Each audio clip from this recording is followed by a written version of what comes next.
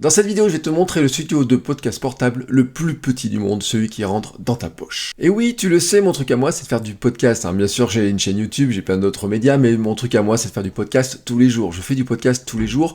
Alors, bien sûr, on a plein d'outils pour faire du podcast. Aujourd'hui, je voudrais te montrer l'outil, tu vois, qui me permet d'enregistrer, mais vraiment n'importe où. Et quand je dis vraiment n'importe où, c'est d'enregistrer dans la rue, et pas seulement enregistrer tout seul, mais même enregistrer des interviews, tu vois. Enregistrer, aller faire un podcast avec une autre personne, aller lui poser des questions, et pouvoir monter ça avec une qualité sonore qui soit vraiment top, tu vois, vraiment sympa. Et ça, pour moi, tu vois, tu peux te dire, il y a du matériel qui est coûteux, il faut un gros studio, il faut des micros, des pieds, il faut des micros super compliqués, des tables de mixage. Et en fait, non, ce que je voudrais te montrer, c'est que ça tient dans une... Dans quoi? Allez, là-dedans. Voilà. Là-dedans, tu vois, tu as tout pour faire des interviews, pour faire un podcast tout seul ou à plusieurs, enfin à deux, tranquillement. Et bien sûr, on va y rajouter un autre élément qu'on a tous dans la poche, c'est un smartphone. Voilà, bon, moi je te présente ça avec mon iPhone. Je te précise, oui, que ce petit kit, il est réservé à ceux qui ont un iPhone ou un iPad, puisque il utilise la prise Lightning. Voilà, tout simplement. Alors, qu'est-ce qu'il y a dans ce kit? Je vais te montrer d'abord la première chose. Ici, tu vois, tu as un micro. Tac, tac, tac. Voilà, donc là, un micro très classique. C'est du Smart Lav Rode Plus.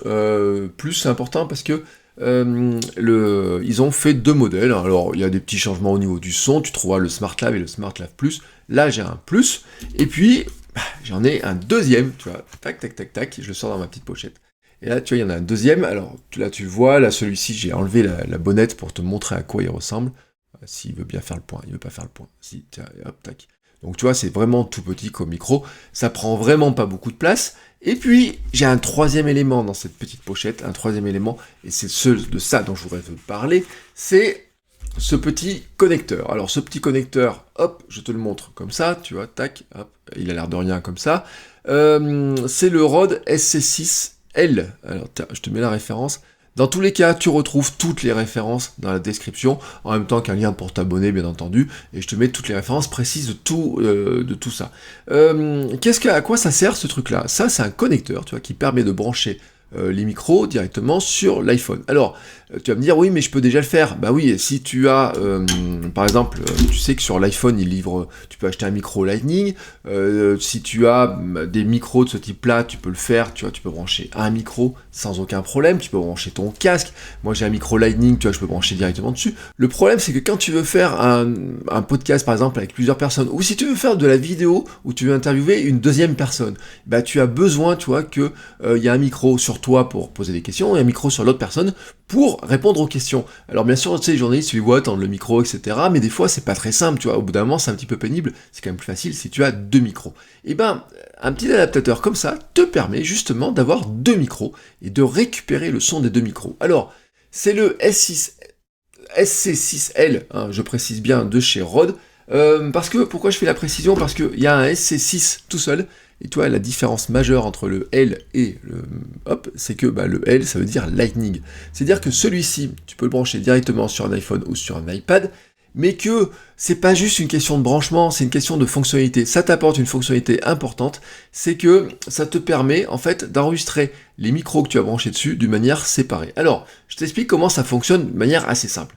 Tu as donc sur ce connecteur-là, tu vois, là, bon, tu branches ça de côté sur l'iPhone, toujours la mise au point qui est problématique, c'est pas grave. Et puis de ce côté-là, quand je vais te montrer comme ça, tac, voilà, tu vois, il y a des petites icônes, tu as une icône micro 1, micro 2, et puis tu as une icône casque. Alors si je te montre sur la tranche, tu vois, tu as les branchements. Pour brancher, tu as compris comment ça à peu près va fonctionner. Hop. Bon bref, voilà, t'as compris comment ça va fonctionner, tu vois. Donc tu vas pouvoir brancher dessus un micro de manière sur le 1, tu vois. Donc je vais te le faire, regarde, je branche un micro. Je vais prendre un deuxième micro. Qu'est-ce que j'ai fait de mon deuxième micro? Je l'ai mis là, tu vois, je branche le deuxième micro. Tac, je les enfonce bien, donc tu vois, là j'ai deux micros. Et puis tu vois, au milieu, t'as la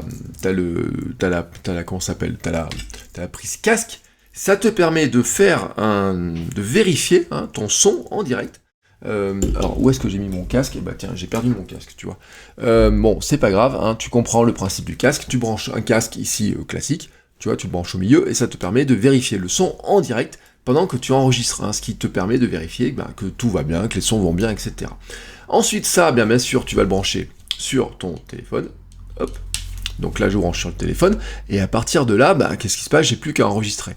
Le gros avantage, c'est que ce petit appareil est reconnu, vraiment, tu vois, il est certifié, il est reconnu comme un appareil qui amène du son, et donc il va être reconnu par différentes applications. Si tu fais la vidéo, par exemple dans Filmic Pro, dans l'application vidéo, il va marcher, et là je vais te montrer aussi que tu peux, tu as une application qui s'appelle Rode Reporter et avec laquelle tu peux récupérer le son. Je vais te montrer l'intérêt, vraiment l'intérêt de ce qui se passe une fois que tu enregistres. Alors dessus, je vais brancher sur le téléphone et on va regarder exactement ce qui se passe dessus. Tu vas comprendre tout de suite de quoi je parlais. Sur Rode Reporter, ce qui est intéressant dessus, en fait, c'est que tu as des paramètres qui vont te permettre vraiment de régler précisément l'appareil, comment il fonctionne. Alors, tu vois, Rode Reporter, bon là je vais aller dans les paramètres. Et en haut, il apparaît Rode SC6L. Alors, si tu utilises l'application Rode Reporter sans l'appareil, tu vois, il y a des réglages qui vont se faire, mais si tu branches dessus, bon, bien entendu, tu vas avoir des petits réglages. Et si tu vas sur Configurer, tu as le niveau d'entrée des micros, bas, moyen, haut, ce qui est pas mal déjà, pour vérifier, tu vois, les niveaux de son. Tu as le Direct Monitor, ça te permet de savoir, finalement, de régler le son de ce que tu vas entendre par le casque, de vérifier le niveau sonore. Et surtout, ce qui est intéressant, c'est là où c'est marqué Combiné. Les canaux, combinés et séparés. Si tu prends combiné, ça va te faire un fichier son sur lequel les deux micros, le son des deux micros va être mélangé. Si tu prends séparé, tu vas avoir un fichier son dans lequel tu auras le micro 1 à droite et le micro 2 à gauche. Tu vois un petit peu l'intérêt de ça. Ça veut dire que quand tu vas avoir le fichier son, tu vas pouvoir récupérer séparément la voix 1 et la voix 2, le micro 1 et le micro 2. Et ça peut être intéressant. Pourquoi, par exemple? Tu vois, si toi tu parles fort et que la personne que tu interviews parle tout doucement, ou inversement, si tu penses que tu as besoin de remonter la voix de ton interlocuteur par rapport à la tienne, tu peux le faire. Si ton interlocuteur, par exemple, touche le micro, mais que toi t'as pas touché ton micro, et que tu veux juste enlever ce bout, tu vois, où il touche le micro, tu vas pouvoir l'enlever, parce que tu vas pouvoir travailler sur les pistes son en séparé. Alors tu vas te demander comment tu peux faire ça, alors je vais te montrer exactement ce qui se passe. Là, je vais aller sur enregistrement. Sur enregistrement, forcément, il y a un gros bouton rouge, tu vois, hop, je vais prendre les micros. Alors forcément, c'est un test un peu bidon, parce que je suis là, tu vois, face au truc, mais tu vas comprendre le principe. Donc j'appuie sur le gros bouton. Si je parle dans celui-ci, ça fait un premier son. Si je parle dans celui-ci, ça fait un deuxième son. Bon, là, je suis en plein dans les saturations. Tu vois, alors l'idéal, ça serait même que j'arrive à les éloigner. Là, je parle dans un micro, tu vois, là, je parle dans un micro avec la bonnette. Ici, je parle dans le micro sans la bonnette. Et là, bien sûr, lui, il enregistre, l'application enregistre. Quand j'ai fini d'enregistrer, je fais fin, voilà, top, tranquillement. Et à partir de là, je récupère ça dans la bibliothèque de son, tout simplement, et je vais pouvoir récupérer ce fichier et l'envoyer. Par exemple, là, je vais l'envoyer sur mon ordinateur. Alors maintenant, il est temps de regarder à quoi ressemble ce fichier audio. Alors, j'ai récupéré sur mon ordinateur, je vais l'ouvrir dans un logiciel qui est Audacity. Alors Audacity, je le présente plus vraiment, c'est un logiciel qui est très connu dans le son, qui marche aussi bien sur Mac que sur Windows et même sur Linux, il me semble. Et donc quand je récupère le fichier, tu vois, je vais l'ouvrir, je l'ouvre sur Audacity pour te montrer la différence entre les pistes, parce que tu vois, là, mon fichier est très intéressant. Là, tu vois, c'est ma piste son, si je la joue. Dans celui-ci, ça fait un premier son. Si je parle dans celui-ci, ça fait un...